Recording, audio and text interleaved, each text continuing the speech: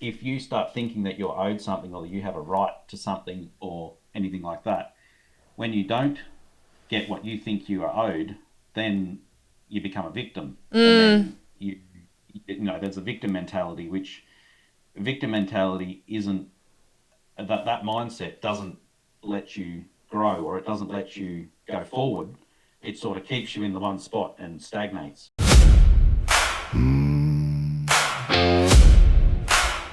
Welcome to Hard Ground.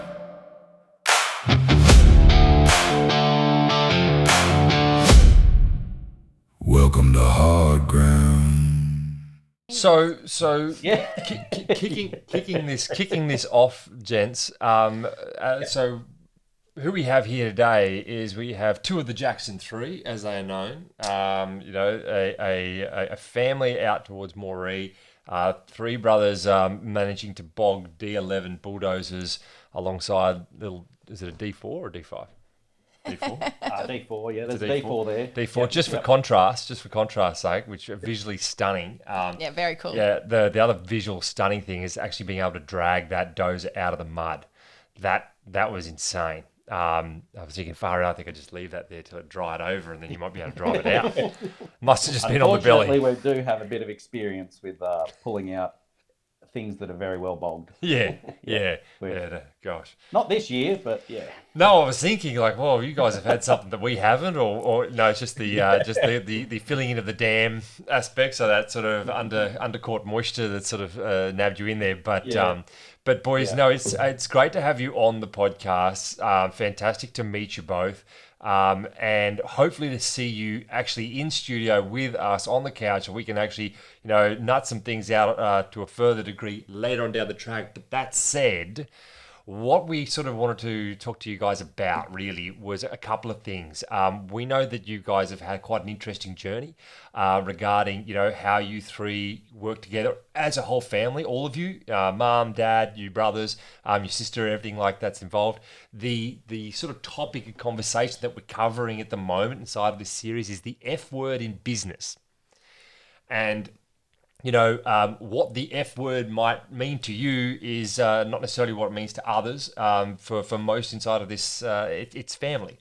But there are many other F words that can be associated inside of that conversation at any given Where are you going moment. with this, Josh? So, I the mean, process, listen, if it just comes up and it's real and raw, then let it come, all right? Right, okay? We try not to direct it at each other, though, okay? Family and fluffiness.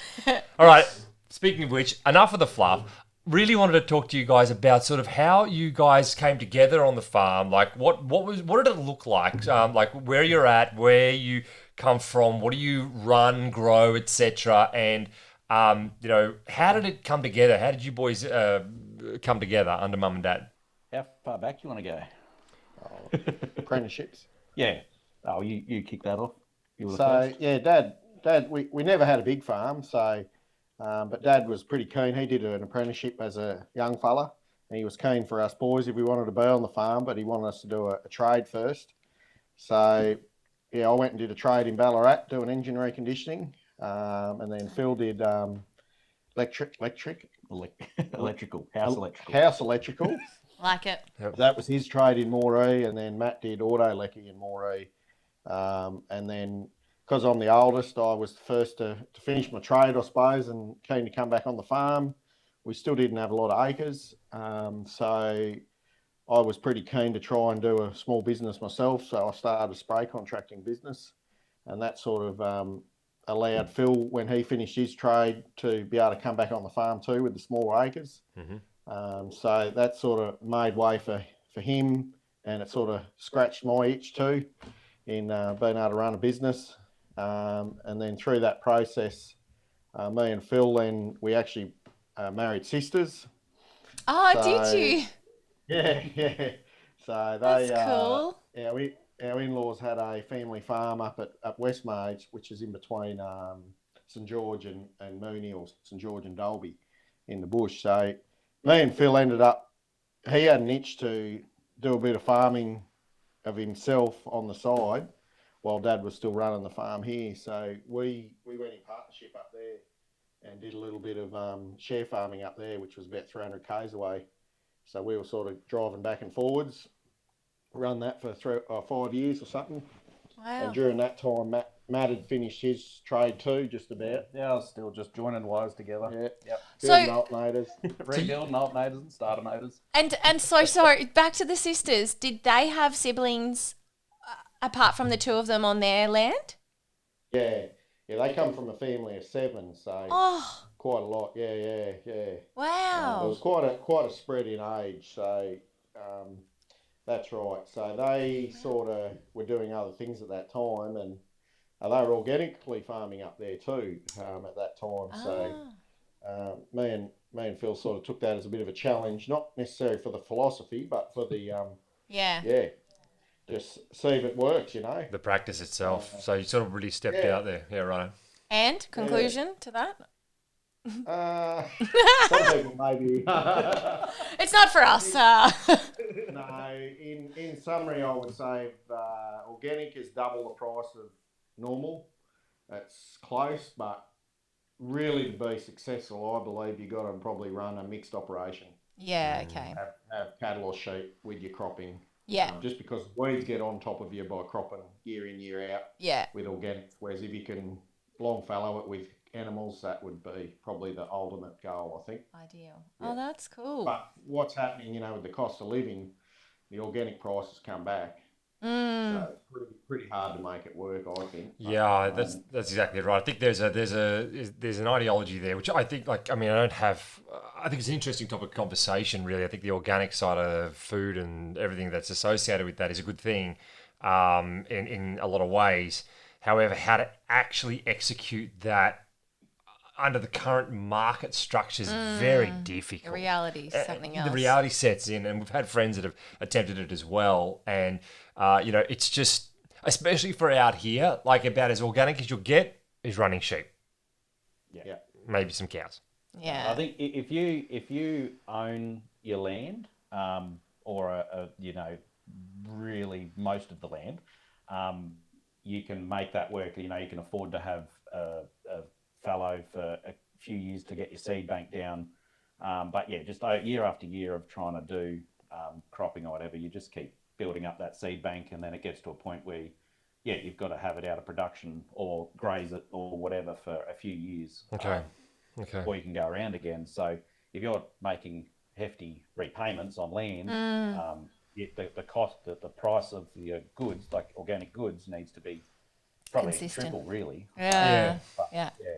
Yeah, right. So we've got people down the road that farm organically, and they just poke along. And I'm not in it for the philosophy, but I was in for it for the challenge. And we went over to SEMA in Paris and to the ag shows, and we brought back a bit of kit that come from UK to be able to inter-row cultivate. It had a camera that side shifted to follow your wheat rows and things like that. So we did get quite into it, and we did 1 or 2 years. We did really, really well, to be honest. But that's probably, I'd say, higher potential but higher loss. Yeah. You're at till minimum till you're trying to probably flatline a little bit. So it's like you guys are proper gamblers then. You don't you really if you were at a poker table, I'd be pretty scared because it's oh no, half the farm's not risky enough. we need to put the whole lot on. Put it all on. Put it all on black. He's not going to call my bluff. Not a chance. Oh, that's good. Yeah. We probably are, Phil and me particularly, are probably more risk takers. Yes. Okay. I'm against risk takers, so yeah. That's interesting. Well, I'm balanced, I'd say. I'm very balanced as the youngest child. Of course you are. So balanced. Of course you are. If there's a cliff coming up, I can see it and just divert a little bit. Just a little bit. Meanwhile, the others are jumping off. You might want to stop altogether and turn around. They're like, cliff woo! is a cliff. Yeah. They're kind of like, hopefully there's a parachute in here somewhere. It'll be good. But Matt, so now you're like, you came back on the farm too? Was there, can I just... 2016, I think. Okay, can I just ask this question? So Brad, from your perspective, being the oldest brother, Did you guys always think, yeah, we're going to work together as the three brothers, and you can include your sister in this too, like if you have thoughts about that? Or was there a little bit of like, oh, do I really want my brothers coming back? Or what's the, if I can ask that question? Of course you can ask that question. You can ask that. I saw Matt's face and I was like, oh, did I hit a You're nerve? being too sensitive. Boys, did you really not like that? Like, was this meant to be a plan, or did you like fight in on each other? Like, were you coming in strong? Like, this is mine. Yeah, well, it's interesting. No, it's a good question because, from my perspective, anyway, as the oldest, I've never felt too threatened about stuff with that sort of thing. I didn't have expectations because I'm the oldest. I automatically get the farm. The old man belted that out of me pretty well. Yeah. So I was always prepared to walk. I've got plenty of other interests that I love doing. So I'm not one of those people that it's just farm and nothing else. Like I just love so many things in life. My years aren't long enough for what I enjoy. Yeah. So I was quite open to whatever possibility, really. And then Phil, because we didn't have the acres, I saw it was pretty unlikely that we were all going to be able to have a piece of farm or get handed down a piece of farm. It was either probably one or two at most. Could potentially get a farm in succession like that. So that was probably my view of it. It was like growing up, I even remember from, I don't know how old, maybe even 10 years old or less, that I can remember, it was always, Dad had always said, there's no expectations on anyone. Like so from an early age, none of us thought that we deserved or had a shot at having anything, if that makes sense. So I love that. Yeah. Without that expectation, everything's kind of fallen into place from there. So there's clear communication from your dad. You got clear communication, but there's also there's no expectation. Okay, either way. All right, that you either have to be a farmer or that you don't have to be a farmer, or that you can't be one. But rather there was whatever you're going to do, there was support, like Mum and Dad were pretty supportive of whatever it is that you wanted to go out and try. Yeah.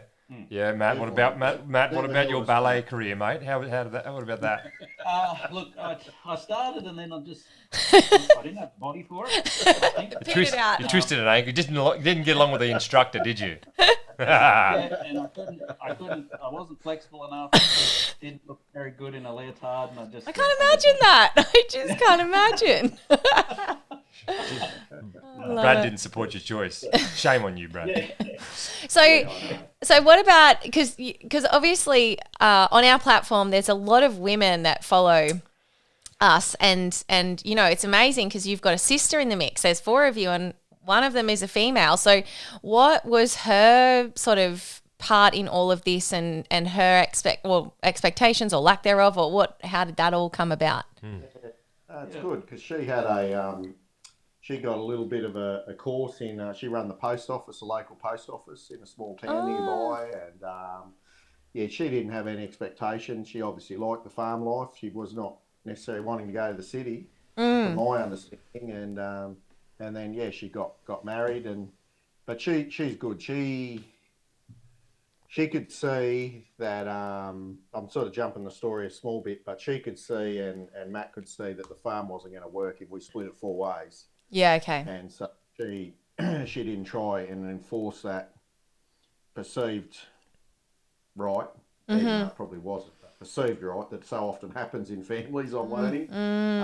She wanted to make it work for the big picture. So I'd say overall, as 4 siblings, we've worked together very well as kids, and obviously you argue and you blue, but we've tried to be, and I'd like to think it's because of the Lord that we're trying to put him first in our lives. We've tried not to have that selfish approach, I suppose. Yeah, I was going to say that, so because there is something very, very, very much that you guys, you do like to talk about and you wear on your sleeve and on your heart, and that is that you have a faith in God, and that you're Christian. And just speak on that a little bit, because I mean, well, we'll circle back, but like the way that you've sort of established or been established as a family, was that something that you grew up with? Mum and dad, they practiced this, or was this something that came later? Tell us a bit more about that. Yeah, so our dad's dad is from Victoria, and I think he would have been in his 20s, was it? He come to know the Lord, and so yeah, he was So Dad grew up in a Christian household, very faithful household, and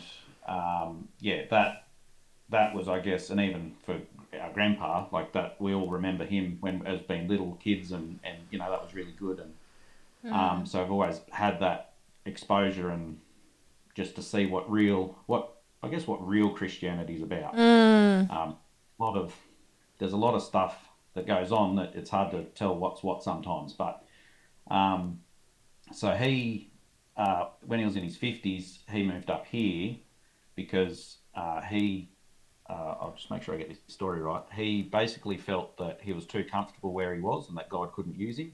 So they had a farm down in Victoria. Wow. And they moved up here, and there was some connections here, but it was obviously a very big thing to move up. And so from that, Dad ended up coming up here, and this is sort of how the farm here started. And then it's sort of grown from there. But it's very much from our grandfather, family, Dad, all of that. It's been very stable. very Christ centered. Yeah. Wow. Life, I And guess. so beautifully led by the sounds of it. Yeah, by the men in your family. So basically, Dad moved up from Mexico, and planted roots out here, large acreage, bigger prospects. Boys come on the farm, after they've done their trade. No entitlement, zero entitlement.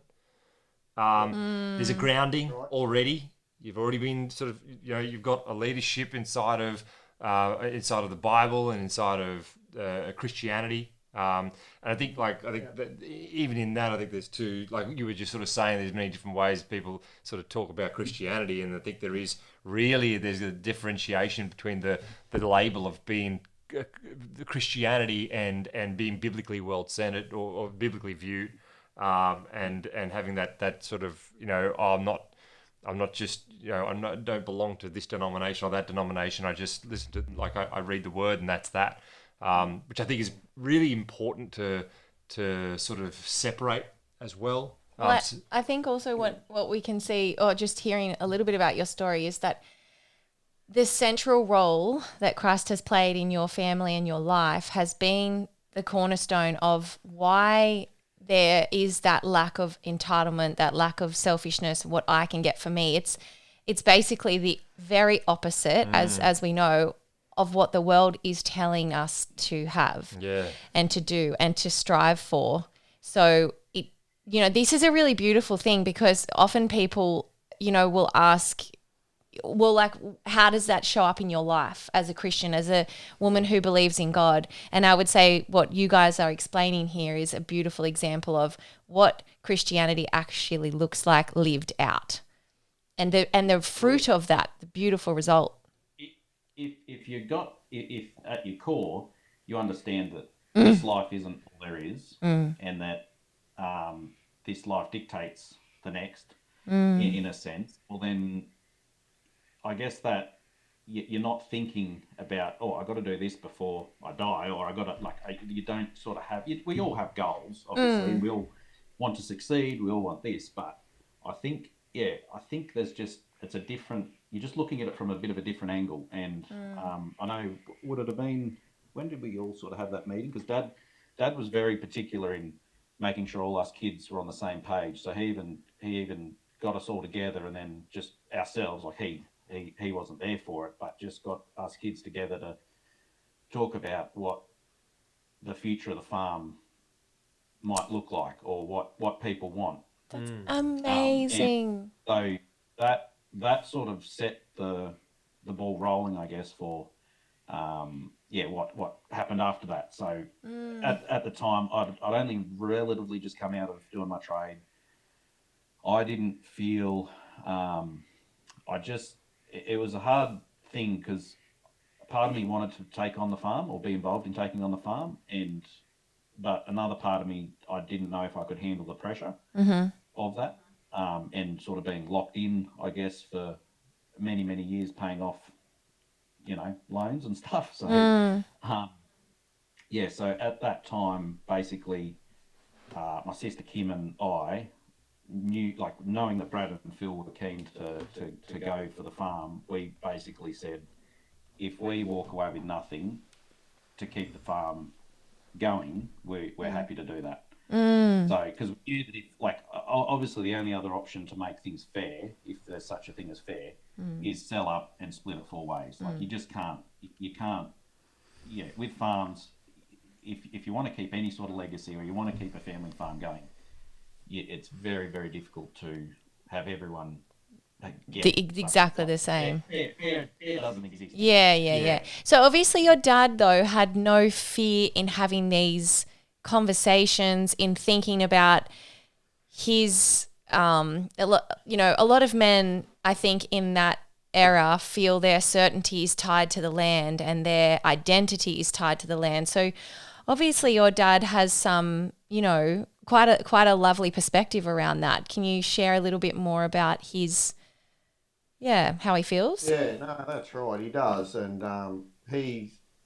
I think it comes back to our walk with the Lord. In the flesh, I think we all, and it's sad when you see it around men because, as you say, your identity is often tied in your occupation, and it just is such a bondage.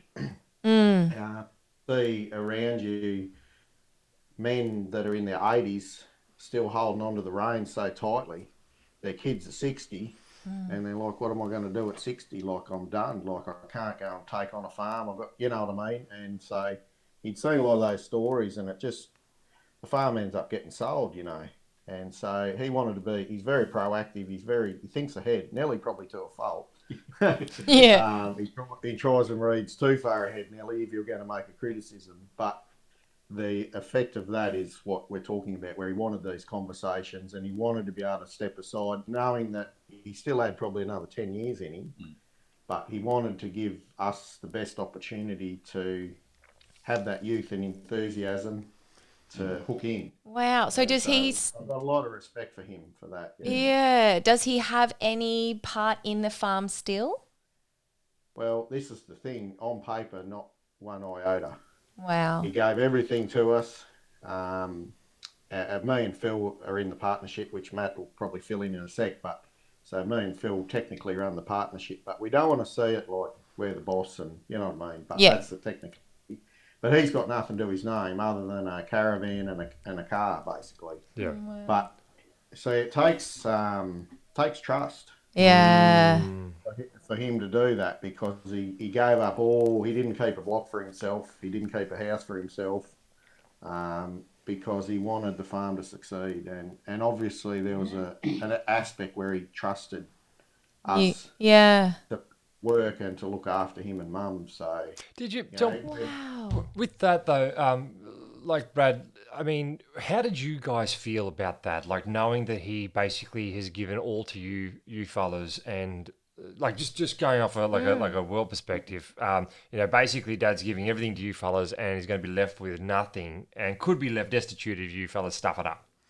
that's right.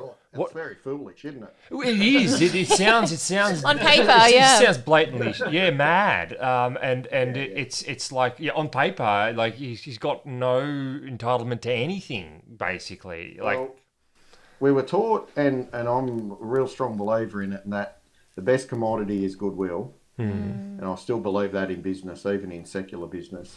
The best commodity is goodwill. And so the thing is, you see it around, don't you? You'll see old farmers, they've got all the money, but they die lonely. Yeah. And it's such a sad thing.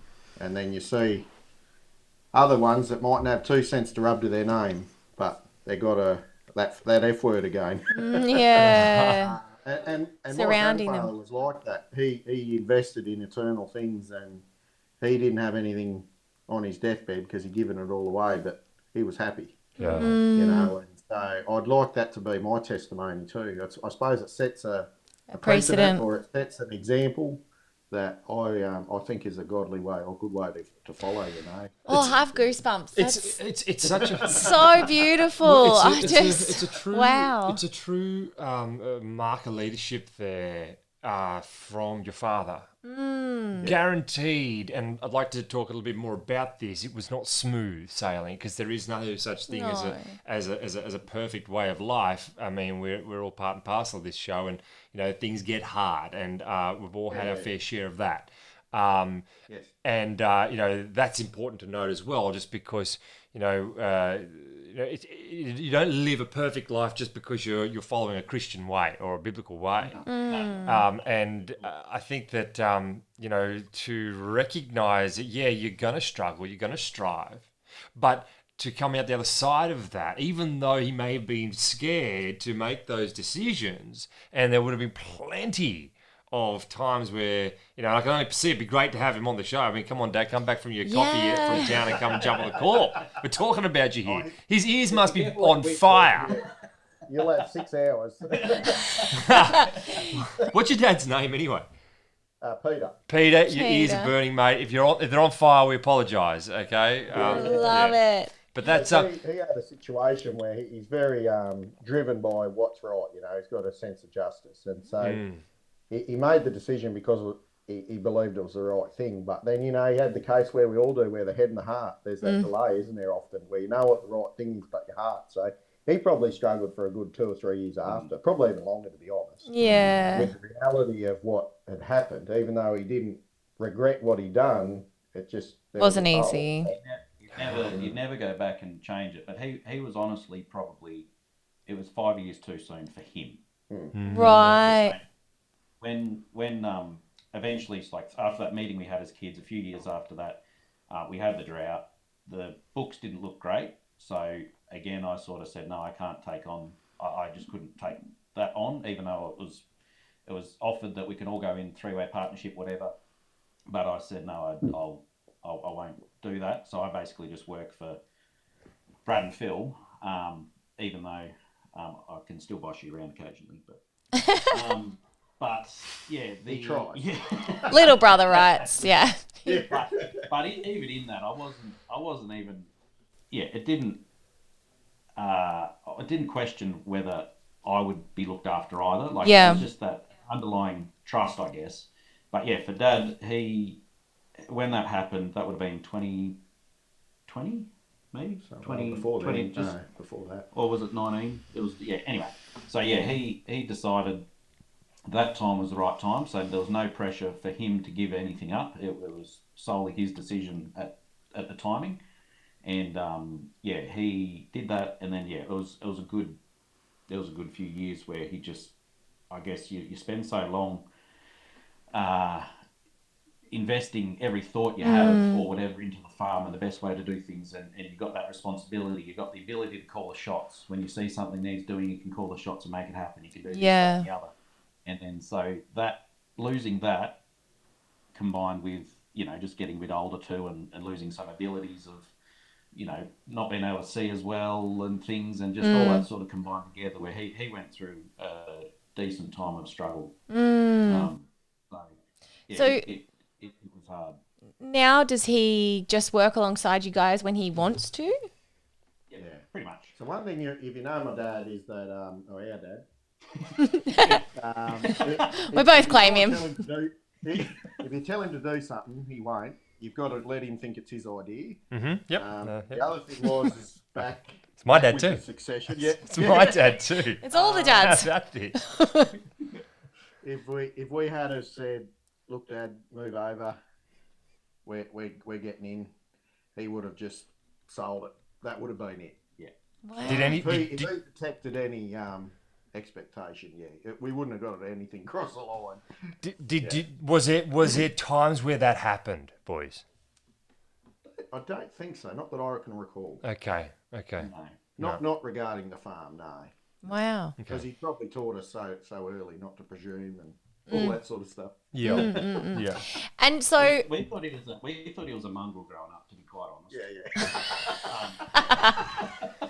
But it's not until you look back now and you think, no, There was reason. There's a reason behind it, and it's just drummed into you that don't expect anything. Well, then when the time comes, even though you might want something, or you might want, you just know that it's not guaranteed. It's not a right. it's interesting that you guys say that, because a couple of the professionals we've had on, one of the guys, he said the biggest piece of advice I could give to any young person is you are not owed a thing. Just from the get-go, and that was from his like secular, point of view. So incredible that is sort of, Well, there's fruit. There's fruit of that, though, isn't there? Like, really, when you think about it, there's a fruit and there's a wisdom inside of that, and that's really the basis of the biblical doctrine, is that we are owed nothing. We don't deserve anything, and if we can come from that place, a humble place, recognizing that we've actually been given everything, that is that's where you're basically. You're just counting your blessings. Oh my gosh, every second and every moment. But that's hard to do. I was going to say, I can hear people's ears bleeding right now. Yeah. Like people just going to be like, but what? Yeah. But it's hard to do, and it's very true in that. Yeah. Like with even in a any business or any thing you do, you just got to, if you take that approach that no one owes you anything, it just works. Like just as a general rule, because what so often happens is if you start thinking that you're owed something or that you have a right to something or anything like that, when you don't get what you think you are owed, then you become a victim. And then there's a victim mentality, which victim mentality isn't that mindset doesn't let you grow, or it doesn't let you go forward. It sort of keeps you in the one spot and stagnates. So it's a very, and we all feel like a victim at times, but it's just a good thing to just snap yourself out of that, because it doesn't do anyone good. I think on that, like it's important. You got a good one? I've got a big messy question to ask. When you finish, go. Oh, she's gonna get messy. Oh dear. She's gonna get messy. So the on that point, Matt, I've got to say, like, personally, that's exactly where I operated from quite a bit, which was that victim mentality that I was owed. A lot of that has to do, I think, with the setup as well, and the naivety and not, you're basically just subject to your emotions. And when you are subject to your emotions, you're basically placating whatever you think you deserve at any given moment. So, it's just a knee-jerk reaction to sort of get away or manage the pain. And it drives a lot of chaos into a business. Yeah. Drives a lot of chaos into a family.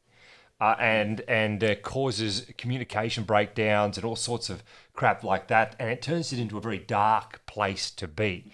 I think we all have the issues that come along with just being stewards of the land. Like, there's always going to be droughts. There's always going to be floods. There's always going to be market fluctuations, and where things just don't line up. You're going to have accidents. You're going to have things that happen like that. But then you add onto your plate the, I don't deserve this. I deserve better. I deserve more.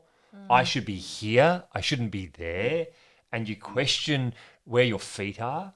I think that can be massively displacing, and it can really rupture. It can really rupture organisations to the point of no return. I think when sons and fathers start going toe to toe over things, and it gets to that point, and it's not like it's uncommon. Happens a lot. It's pretty hard to come back from that. So it's a very toxic environment, isn't it? 100%. It's very toxic, extremely, and we can add to that. We can either choose to add to that out of that place of I deserve, or we can be restorers of that by recognizing that actually the opposite is the truth. So it's And the way that comes into the home, I think for a lot of farmers' wives, it's massive. You know, there's, you know, Definitely. yeah, it you know, The husband comes home and vents Yeah. his wife, and they're sort of really lost as to be able to, how do I make good of any of this? yeah, like Get you burned, don't you? yeah, you want to help and you see this turmoil going on all the time, but you really are quite helpless in the situation. There's not a lot you can do, also because of your position as the daughter-in-law too, quite often, rather than being the daughter of the original farming family. Can be. But that actually does lead me into my messy question. Well, just before you Oh, make the yeah, question, go. the thing that we try and live by is put others first and yourself last, and that's a biblical motto. So, yeah. And sticking to that is not always easy in practice, actually, especially. Well, naturally, we don't want to do that. Yeah. Like, that's the opposite of what naturally we all want to do. But you see where that leads, and there's just so many examples. And the reality for me anyway, right? I said no, I can't take on the farm, but I've been looked after more than I deserve, in a sense where I don't. Yeah, I don't need to worry that I'll be looked after myself. And yeah, no, it is good. Messy question. Yeah, better get What do in you got, there. Steve? Messy question. Give it. Okay, well, you have a lot of wives in the mix there, and from what I am told constantly, and from my own experience, but I have been very privileged to get along with my beautiful mother-in-law and my sister-in-law, and it's quite unusual for that to be the case. Not that it's without its ups and downs, but it's certainly nothing in comparison to what I have heard. Did you guys all, feel that there was some things that you can do in a farming family that shares multiple families in the one farm, and you're all either dipping into the same kitty financially or you've got some kind of setup? I'm just curious as to hear, what are some things that you guys do to alleviate the pressures between the women in your family of, oh, they got that washing machine, but I need this, or they got a new fridge, or they got a pool, or whatever it is. Just maybe if you don't mind shedding some light around what are some things that you help. It's good point, Steph. I think when we did the succession, we employed someone to do the succession, and so we had the accountant, the solicitor, the succession father, and the bank manager, all in the room at one point, and so it was we tried to think out the process very well with that expertise, which was very good. So in short, what we did was, rather than a typical family farm where, you just have your overdraft and then you pull out whatever you want from the overdraft or whatever you need, we turned it into a trust and a business. So then we're just directors, and then we just pay ourselves a wage. And that way it just alleviates those issues that you talked about where, he got a washing machine but I didn't, or, Well, you can get things. You can get things from the farm, but it's still it's recorded and can be settled at a later date. Okay. It's not a Your you don't have to car worry. or But yeah, from my perspective as well, because I'm sort of out of that section looking in. What I notice is, say, with Brad and Phil, is that they're often the ones encouraging the other person to get something, not themselves. It is a different. So for our harvest bonus, I felt he needed a good exhaust system for his car. Yeah, He would have okay. never bought it himself, but I said, no, you need that. So Yeah. Brad, that was probably self-serving. yeah, Be honest now, Brad. Because now I got one as well, and it's bigger and better. Exhaust systems for people. We all had to get one. It was great. Yeah, that's. I got one in the hundred, So, yeah. Matt, are you married? Yes. Yes, you're married. Married, 5 kids. 5 kids. He had this all happened before. Wow. I think. Yeah.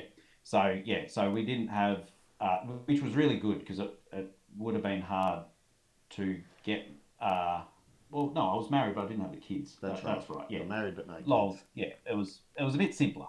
Yeah, yeah, But yeah. Do you yeah, actually talk? Do you talk now about how many kids between the four of you, including Kim's kids as well?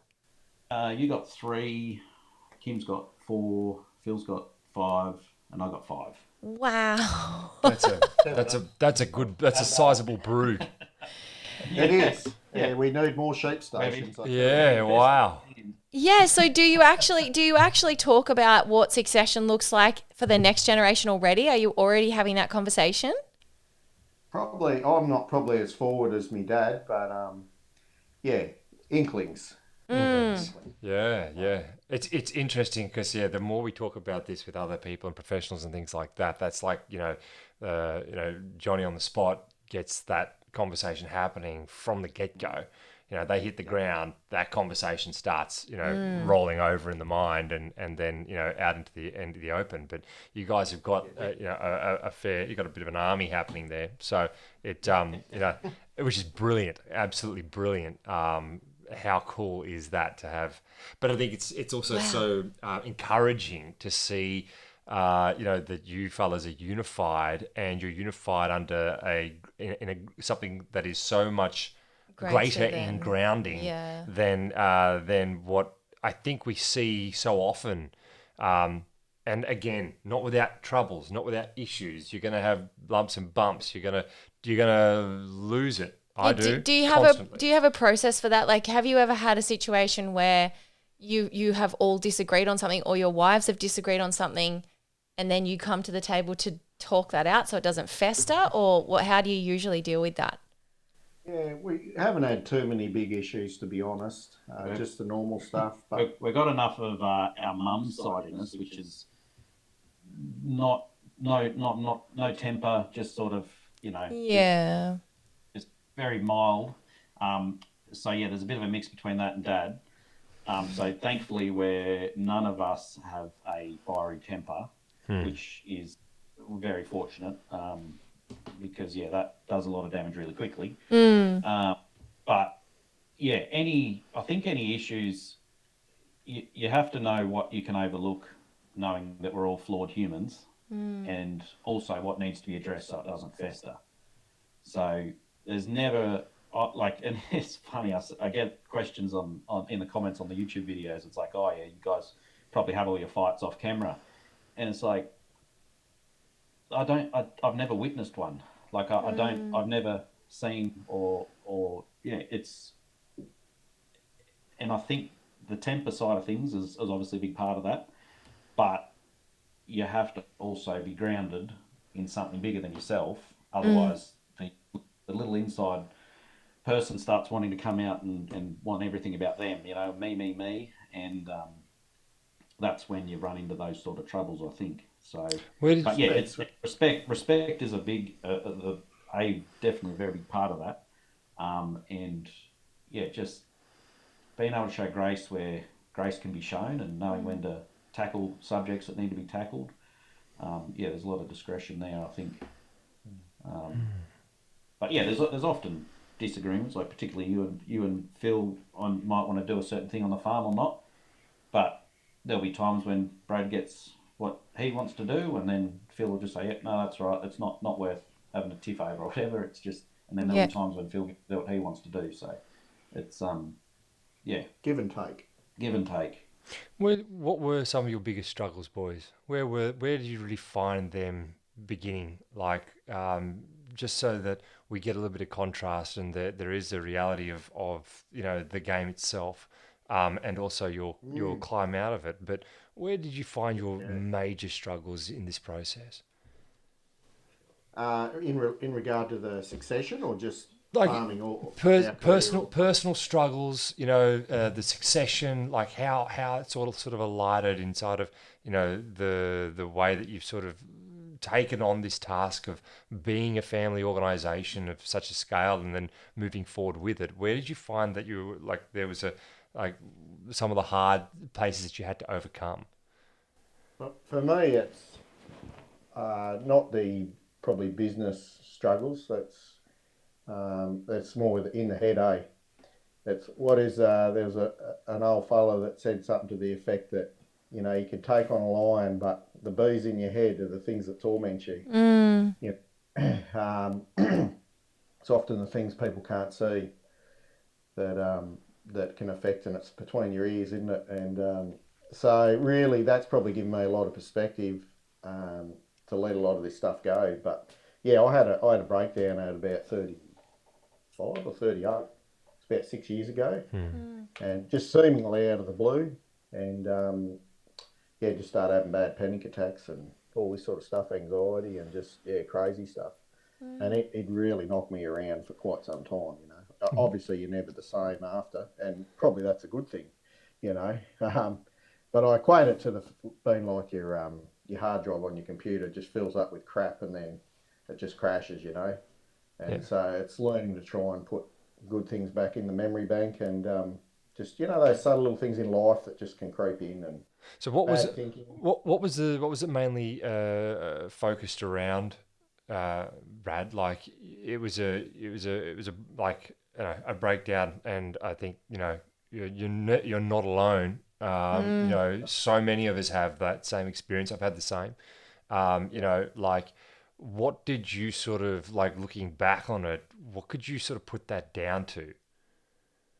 Yeah, I think I tend to be one that doesn't talk about issues. I'm probably an internalizer, and I just process myself. So I think there's too much of that going on where I need to be able to talk about it. And there's lots of different reasons why people won't talk about things, but mine, from my perspective anyway, mine not talking about things was not because I was proud or embarrassed. It's more, I don't want to bother people. You don't want to be a bother. You don't want to bring people down with you, or you don't want them to tell them struggles and then, them struggles. So, but I think it's looking at a family and even the body of Christ to a greater extent that, we're to bear one another's burdens, and we are to be able to talk about stuff and then help one another. So something I tried, but it's going to be a battle for me forever because that's just my personality. So trying to talk about things, be open. I think that's I think you make a very interesting point, and I'll challenge that as well, Brad, if you softly, but because I think I hear this a lot, which is I don't want to share my burdens because I don't want to burden somebody else with it, thinking that that's what you'll do, and I think that that's one of the most common thing for men to arrive at. Especially like farmers, we like to burden and shoulder the burden by ourselves constantly, not recognizing how good it is to dwell in unity on things like that. For sure. And that is a form of pride. That's a form of pride. I'll shoulder it. I'll take it. I'll do it. It's on me. And it's the small whisper in the head that says you got to be strong enough to deal with your own crap. You got to be stronger. What does that say about me? And I think like that rings a tone. I'm pretty sure like it would ring a tone to a lot of men on this topic, because we don't want to look in the mirror and not be enough. And that little whisper, I think that validates or that confirms in a way that you're not enough. Which, if we flip that on its head and you put that into a biblical sense, you could say, well, you never were, but I am. As in, not me, but him. Lay it on me, and that's what he says, and that's what I think I think that's one of the major things that society in general is missing, is that everyone's carrying this burden like a giant sack on their back, and men in particular, and we're all subject to this. Yours truly, 100%. I got nothing to hide there. Screwed up bad, but it's that we think we ought to drag this weight all the days of our lives and then have our family and loved ones drag it with us, because that's where the behavior really turns up. It's like I put it on this one. like just like you were saying, venting, right? We vented to our families, yeah. Like they feel the pressure, and it's like far Or out. sometimes you don't even vent it, and I think that's even more difficult. What's more difficult for a woman to shoulder is the burden of a quiet husband, the burden of an indifferent, spaced out, distracted, detached husband. Well, that's true, because that's what Jen, my wife, you know, she was like, "Oh, I didn't know you were like this," and it was such a revelation to her that I had to talk about stuff. And Yeah, wow. it's like, no, I'm the same, but it just obviously I hadn't communicated that. Yeah. It's very much like the story, you know, Pilgrim's Progress. It's like we all carry up this sack on our back. It's just getting bigger and bigger as you go through life, and you know the Lord asks us to cast our cares upon Him, and it's once you get rid of that bag, the big sack that you're just dragging yourself and others are down with. It's not until you do that you realise, well, I don't even know why I was carrying that. Yeah, yeah, that's the crazy thing. Carrying that.